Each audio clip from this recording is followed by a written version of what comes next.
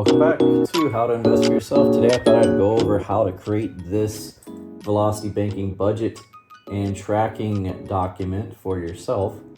I would recommend, just to keep things free and inexpensive for you, until I figure out how to share the document so that you guys can use it for yourself. I figured I would just go through a step-by-step on how to create this document. This will be a multi-part series. We'll just start with one sheet and go to the next sheets so that way they're short and concise. So in this document, we're just going to go over creating the first sheet and how we get started. We'll see how it goes. I may cut it off at some point and just keep these super short. Okay, so first of all, if you don't have a Gmail account or a Google account, go ahead and create one. And whenever you're ready to start working in your document, let's say you don't have Office or Excel, you want something free. Well, Google's free, and you can use Google Sheets. So how do you get there? So you open up your browser and go to Google. You just type in google.com, go to Google, and then log into your profile. Over here, it will show that you're logged out in the upper right hand corner. Or you may be logged in. You just click on login and log in your information to get into your account. I suggest and recommend that you always set two-factor authentication. So if you set up your account for the first time, do make sure that you set up 2FA. 2FA will prevent anyone from getting into your account except you. So anyone unauthorized will not be able to access your account unless you allow them to access your account. Okay, so next to your little icon up in the right hand corner, there's these 9 dots, right? So you click on that and it brings out a list of applications over here on the right hand side. Scroll down just a little bit until you see Sheets right here. Yes, there's Finance, but Finance doesn't really allow us to do velocity banking. So we're going to do Sheets, okay? So we're going to open up Sheets, and then just for my sake, so I don't mess this up, I'm going to click on this, all right? And I have my other one open on the other side here. So let me do a split screen like this. Okay, all right, so we have our split screen set up. We have clicked on Sheets, and we're going to do a new sheet. So you click on New Sheet. You can click on the top up here where it says Untitled Spreadsheet, and you can name your sheet. And I'm going to put Velocity. Velocity, right? Velocity banking tracker, or whatever you want to call it. You can do whatever you want, right? Velocity tracker. And then I usually don't like to start on this very first cell, A1. I kind of give myself some space, as you can see here, like on the original document. I didn't start on this column or this row. I left it blank for flexibility in moving and grabbing things or adding notes on the side, things like that. So I'm gonna start here at B2, and I recommend you do the same thing. And then you can just call it whatever you wanna call it. I mean, this is just a budget sheet. It just covers all of your expenses, all of your income, all of your debts, everything that comes in and goes out on a daily, weekly, monthly basis, right? Everything that comes into your account, everything that goes out of your account, all of your credit cards, student loans, any kind of debts that you have, right? So just start typing in this first column, and you could just say budget. Just keep it simple, all right?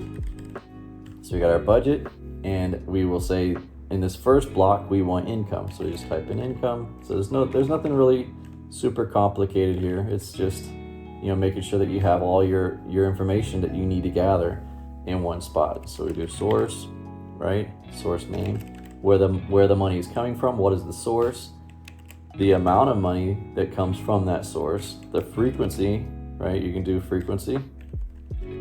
How often do you get paid? Do you get paid every other week? Do you get paid weekly? Do you get paid monthly? Bi-monthly? What is it? So put the frequency in here. So for the sake of this example, I'm just going to say that I work for a farm, and they pay me weekly. So I'm going to say weekly, just so that I know how often I get paid. Let's say I work for a bookstore, and I'm a manager there, and I get paid salary, and I get paid bi-weekly, and I collect disability. All right, so I get disability from the government, and I get paid monthly for that. Okay, so your situation may be different. I'm not sure how you would want to do it for hourly pay, but let's say you get hourly pay, and your hourly pay is, let's say that as a farmer I get paid hourly. My hours fluctuate. Maybe it goes 15 hours one week and 30 hours the next, and every once in a while I get overtime and go past 40. What I would do is do an average and take the lowest average. So if anyone's ever taken any kind of statistics classes or things like that, there is an upper range and a lower range in averages and stuff like that. So I would take a lower range of averages and not so much the median, right? Not the actual average. Okay, so besides all that, let's not get too boring here. So let's say your disability is $500 a month. Let's say you work for a bookstore, they pay you $2,000 a month. Sorry, not $2,000 a month, but $2,000 every other week. And the amount that you're putting here is what you get paid on that payday. So if I get paid weekly from the farm and I only made $100, right?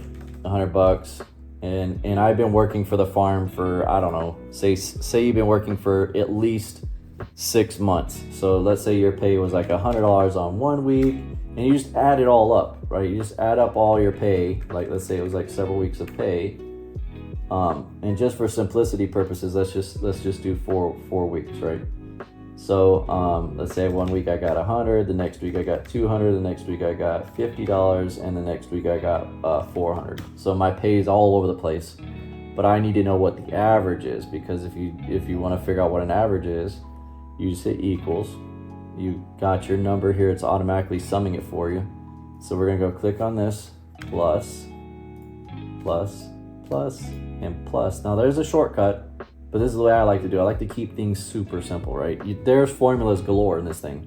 I can click on this FX here, or insert a formula or something like that. I'm not sure where it's at right now, but I'm pretty sure I could do an average, and it would tell me the average. So let's give it a try. So if I hit equals, right, click back in the cell, and I hit AV, there's average right here. An average, and an average what? The cells from G5 to G8. So if you look up here, this is G5. See, this is the row here, and this is the column here. So that's G, and this is 5, right? So we'll do it again. Equals AV. And I just barely started. I didn't type the whole word average, and you can see right here, average, and I can click on individual lines or just click and drag.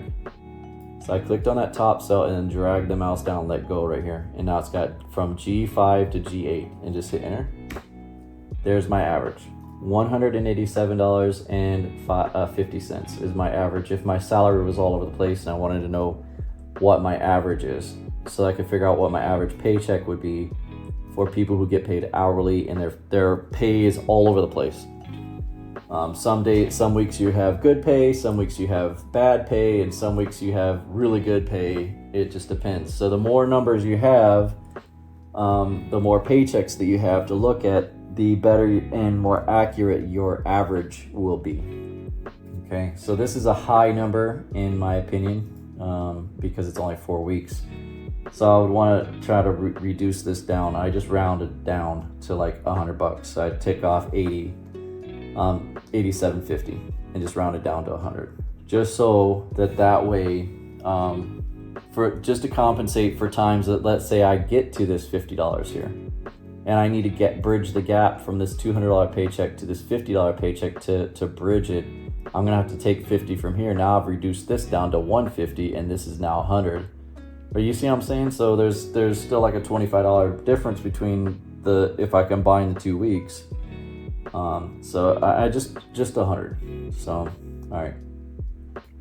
I know that was way too complicated, and it doesn't need to be that bad. It's just, you just got to find out what your average is for weekly pay. Okay, so we got that number. Let's go ahead and put in our monthly average. Again, You could use the calculation formulas that are built into here, but I haven't found a good one that works for me. But what I would like to do is, if I get paid weekly, in this case, I can hit equals, and I times this number times 52 weeks a year, because there's 52 weeks in a year. And I'm pretty sure, depending on the employer, if I'm working if I'm working hourly, I may or may not get holiday pay. But for the sake of this example, because you'll know what your financial situation is, for the sake of this example, we'll assume that you get paid 52 weeks a year, and they pay you holiday pay as well for your base rate. So whatever that is, I'm not sure, because I haven't worked a part-time job in a very long time, but if you know, leave a comment below. So we'll hit this 52 weeks in a year. So you got your base salary, which is C5, C and 5, and times 52 divided by 12, because we want a monthly average, and this is your monthly average pay, $433.33. And you see all these decimals and things like that. Let's clean it up. So we'll just click on the number and hit the dollar sign. Now it's a dollar amount with pennies. Same thing over here. We just highlight those columns with our mouse, click and drag, and there we go. Now that we just clicked on the dollar sign, and those converted to dollars. So let's do the math for this. What would this be? This would be equals. You click on the number that you got paid on that paycheck, and we multiply that by, if we're paid bi-weekly, it's 26, and we divide by 12 to get us a monthly average, and there you go, $4,333.33. And then monthly is monthly, so we already know what that is. We'll just hit equals, and we'll grab the 500, and it's pulled over here. So we did a totals thing over here, so I'm gonna put total. Over here we can say what our total is under these amounts, right? What we would think we would get, total for that month, assuming we only got paid one time $100, one time $2,000, and one time the disability. It's just for reference. And then for the weekly and the monthly number, we're going to go over here and find out what our total is for that. And it's pretty easy. Sometimes it just automatically populates what you need, even gives you the answer, and we just have to hit enter, and that's it, and it fills it in. $5,266.67. You can run with these numbers in the example just to get your Excel spreadsheet up and running, and then later on you can go back and edit it however you wish. So I realize that this is a lot of information, and we just started with the income column. We'll work on the next one as well. And if you wish to know what your annual salary is, because I know sometimes when you go to the bank or you fill out some kind of loan form, they would like to know, how much money do you make annually? We would like to know so we can qualify you for a loan, sir. And then you just click on this number here and multiply that by 12. And this person makes $63,200 after tax. That's not before tax. So before tax is probably he's probably making around $80,000 a year before taxes, or even higher, depends on his family situation. So now we could just format this area. So here, as we look at the other document, we have it bolded. So we click on bold or Control B, and we'll increase the size. We'll go to like let's go 14 here, and make this one a little bit bigger, 12, and we'll bold that as well. So Control B, and we'll bold this whole line right here, Control B, and you see how there's like an overlap over here where this monthly is, and it's cut off the average. You can go up to this part, and you see how my mouse changes to like arrows on either side. I don't know if you see that. See right here where it's like black. Just double click on there, and it expands that column to that size. Okay, so now we got that part done. Let's go with putting this into a block. So I clicked on income, and I'm dragging across to get everything I want into that block, and I let go of the click, and I go over here to this little icon over here called borders. Click on borders, and I want to go ahead and click on this one, all borders. See, now it's got this thin borders mark in here. Okay, so that's fine. So how did I do all these other things in here? How come this is like a solid bar? Well, all I did was I clicked on income, and I click and hold and drag across that top bar. So it's highlighted blue, you see like this. And then there's this little button right here called merge cells. You click on that, bam, it merged all those cells, so it's like one cell in here. And then because it's gray, to do that, you see this little bucket looking thing that has like a drop on it on this bar. Click on that, and then you can pick any color you wish. I picked gray, so there's gray. And then you see how there's like a bolded line right here under salary name, or source name, amount name, frequency name, monthly average, and annual. That one's pretty easy to do too. But you start with income, and then you click on income and drag your mouse all the way across to annual, so it highlights those two rows. And now you go over here to borders and click on bold. Let's just go up a level. All right, so we're up one level. So you see how down here at the bottom, these are all bolded too. So what I did was I clicked on total, dragged it across just to grab those, and I clicked on this all borders. So the setting of the thickness was already set, but if it, let's say it wasn't, you just go over here to the borderline style and click on the second one here. And then you see I have like an overall border around the entire block. So I click on income, grab it all the way across, click on borders, and go to this one that says outer borders like this. Bam, now it looks almost identical. So the only thing left was this bottom part is bolded. So I'm gonna click and drag to highlight that whole section. I can do Control B or just click on the B up here. And then while it's still highlighted, I can go over here to the color fill and change it to green.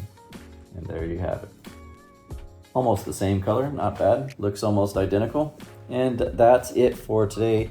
If you want to keep on going and keep continuing, it's pretty easy. Just pause the video and look at everything that's in here and start filling out the main text areas. And then whenever you pick up the next video, we'll go on how the formulas are filled out to get you the information. Most of this is just going to come from your financial documents. Same thing with your water and things like that. And then we're going to work on additional features that you can add on the side to calculate which credit cards you should pay off first, which ones you should attack first. It wasn't until recently, as a side note, and I know I'm going over my time here with you. I don't want to make this too much longer.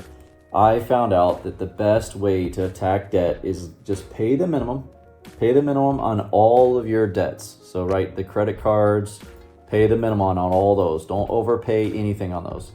Don't overpay your loans, don't overpay your car notes, and don't overpay your mortgage. Don't pay anything extra than you have to. Just pay your bill. That's it, just the minimum. Find out what your minimum is. You got to get out of the mindset of like, oh, well, I'll just throw an extra $100 at this. Oh, my minimum payment is $45 or $50. Let me pay, $200 or $100. We're going to change all that mindset, because with Velocity Banking, that whole snowball method or paying an extra payment may work in the long term if you're just taking your time and you don't really care too much to get out of debt, and you want to take forever to get out of debt. Reference the video that I did, Velocity Banking versus Snowball, and you'll see that Velocity Banking is light years faster in paying off debt than the Snowball method by itself.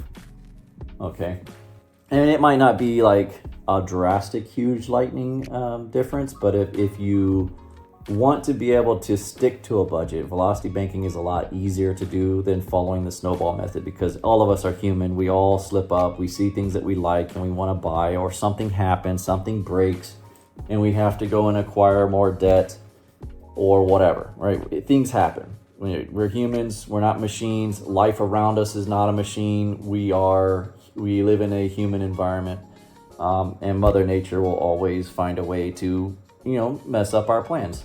So that's why we create budgets and a budget tracker. All right, so this is going to end it for now for this video. Stay tuned and catch the next video on the debts column. Okay.